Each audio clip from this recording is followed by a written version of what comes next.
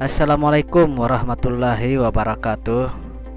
Jumpa lagi sahabat Sahril Techno, apa kabar? Mudah-mudahan selalu dalam keadaan sehat walafiat, dilancarkan segala urusan dan dimudahkan untuk rezekinya. Amin. Oke, kali ini Sahril Techno akan membagikan sebuah tool yang kami dapat dari pencaharian Google, yaitu sebuah tool dengan nama OMA Multitool atau OMT. Kita akan lihat langsung saja bagaimana penampilan ataupun penampakan dari OMT ini. Kita akan coba review. Di sini sudah ada dua file, yaitu file dokumen dan file RAR. File RAR kita ekstrak terlebih dahulu sebagai langkah pertama. Dan untuk mengekstrak file ini membutuhkan sebuah password.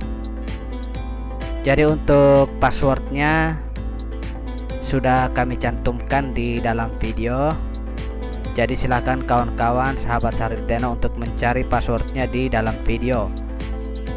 Dan untuk mencari passwordnya diharapkan supaya tidak skip-skip dalam menonton videonya, supaya passwordnya tidak terlewati. Oke, kita klik saja oke di sini dan kita tunggu sampai proses ekstrak selesai. Nah, ini dia filenya yang telah terekstrak tadi. Kita langsung saja eksekusi. Kita double klik, kemudian kita lakukan proses setup. Kita klik next, kemudian kita klik install. Kita tunggu sampai proses penginstalan selesai. Jangan lupa sambil ngopi. Sedikit lagi selesai. Oke, dan sudah selesai. Dan kita lihat di desktop, ini adalah hasil penginstalan daripada OMT yang sudah dalam bentuk file shortcut. Kita jalankan untuk filenya, kita double klik saja. Kita tunggu sebentar sampai filenya terbuka. Dan seperti ini file ataupun penampakan dari OMT ataupun OMA Multitool. Di sini menyajikan fitur seperti fitur umum atau general, yaitu dari Android. Ini adalah fitur umum, yaitu meliputi menu ADB dan menu fastboot. Pada menu ADB ini kita bisa melakukan info, kemudian ada mi akun remove, enable dict, ada mi akun delete, reboot recovery, remove FRP, mirror lock fix, reboot fastboot, remove FRP 2, kemudian ada reset pattern ataupun reset pola dengan catatan perangkat dalam keadaan sudah di root. Kemudian ada reboot EDL. Di sini disisipkan untuk sebuah device Huawei untuk MTP ke ADB. Jadi di tipe device yang disediakan daripada Huawei, mulai dari varian Honor, kemudian ada Diego, ada Enjoy, ada Mate, dan ada juga MediaPad, hingga yang bervarian Nova, P9, varian Y, G. Lumayan cukup banyak ya. Ini kita lakukan untuk merestart perangkat dari MTP ke ADB. Jadi kita tinggal pilih salah satu tipe, kemudian kita klik start. Setelahnya kita lakukan proses eksekusi read, build, prop, dan write. Kemudian berikut di bawahnya ada menu fastboot, yang tentunya di menu ini kita bisa melakukan read info, remove micloud untuk perangkat yang sudah berstatus UBL. Kemudian ada enable ADB, ada fitur untuk wipe, reboot EDL, exit fastboot, kemudian ada remove FRP, checking bootloader, dan untuk unlock bootloader. Kemudian di bagian side load kita juga bisa melakukan info, wipe, dan side load file. Langsung saja kita ke fitur menu Samsung. Di sini kita simak untuk Samsung tipe lama ya, untuk varian dengan model lama yang berchipset Exynos ini sangat banyak untuk tipe yang disediakan. Kemudian yang berchipset Qualcomm masih dengan versi yang lama sangat banyak. Dan yang dapat kita lakukan pada dua model CPU ini untuk masing-masing perangkat yang menghadapi masalah, yaitu kita bisa melakukan eksekusi remove FRP. Jadi seperti itu. Kemudian ada enable ADB untuk versi G untuk perangkat dengan tipe G532, yaitu terdiri dari dua metode ataupun dua cara yang bisa kita lakukan. Terus lanjut di bawahnya ada ADB FRP, Samsung akun remove. Kemudian pada bagian repair tersedia fitur repair baseband, repair untuk baseband dengan metode download mode. Terus di atasnya untuk metode ADB. Kemudian ada repair emergency call khusus untuk yang berchipset Exynos.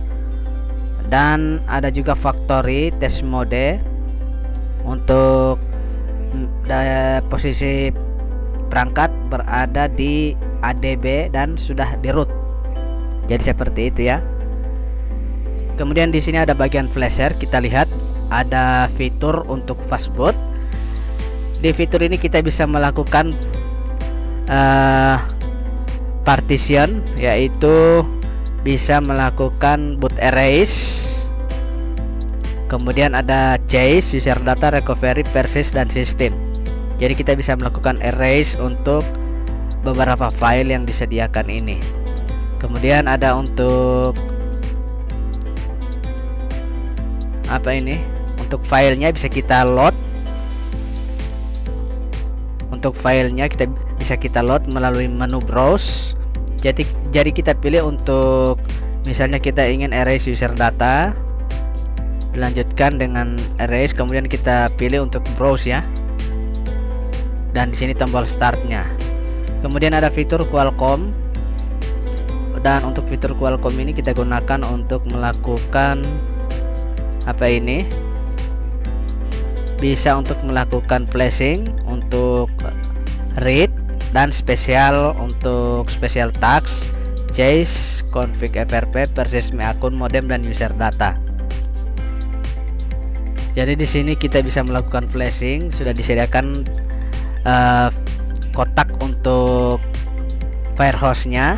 Kemudian ada firmware untuk file raw XML. Jadi posisi perangkat dalam posisi EDL mode ya. Jadi kita harus melakukan test point seperti itu. Kemudian bagian FRP micloud khusus untuk perangkat yang berchipset Qualcomm, karena di sini ada tulisan Qualcomm untuk 9008 port. Jadi kita bisa scan untuk portnya di sini setelah kita membuat perangkat dalam keadaan EDL mode melalui eksekusi test point. Kemudian di bagian bawah sini ada menu Oppo, Vivo, Lenovo, Wiko, dan Xiaomi. Untuk Oppo kita bisa melakukan FRP remove, bisa melakukan format unlock, tentunya untuk perangkat yang tersedia di list ini. Jadi untuk perangkat yang tersedia di list ini. Begitu juga untuk Vivo, kita bisa melakukan FRP remove, format unlock khusus untuk tipe ataupun jenis perangkat yang tersedia pada list Vivo. Begitu juga untuk Lenovo, sama seperti dua tipe ini, sama seperti Vivo dan Oppo, yaitu bisa melakukan FRP remove, format unlock dan sesuai dengan tipe yang tertera pada list di bagian Lenovo. Kemudian ada Wiko. Untuk pengoperasiannya sama juga seperti pada tipe-tipe lain, dan tentunya juga untuk perangkat yang sudah ada di list bagian Wiko sini ya. Kemudian kita lanjut ke Xiaomi. Untuk Xiaomi ini kita bisa melakukan remove FRP, kemudian ada remove micloud. Jadi kita pilih salah satu tipe perangkat yang ada di list ini, kemudian kita melakukan untuk tindakan remove FRP ataupun remove micloud. Di sini ada pilihan untuk clean all atau tidak. Jadi posisi perangkat dalam keadaan ideal mode melalui test point, kemudian pilih salah satu tipe daripada perangkat yang mengalami kendala, misalnya remove FRP ataupun remove micloud, sesuai dengan kendala yang dihadapi pada perangkat yang kita pilih. Jadi kita bisa melakukan remove FRP dengan mencentang clean all, tanpa dicentang juga bisa. Begitu juga dengan untuk bagian remove micloud. Jadi sangat simple ya, tidak begitu sulit untuk dioperasikan, baik itu mulai dari Android, Samsung, Flasher, ada Fastboot, Qualcomm, dan FRP modul. Jadi mudah-mudahan untuk tool ini bisa bekerja dengan baik dan bisa membantu menyelesaikan masalah pada perangkat yang kita hadapi, yang tentunya seputaran flashing dan unlock. Oke, sekian dulu kawan-kawan ulasan singkat dari kami, dan segala kekurangan itu berasal dari kami. Jadi mohon dimaklumi karena posisi kami juga masih dalam tahap belajar.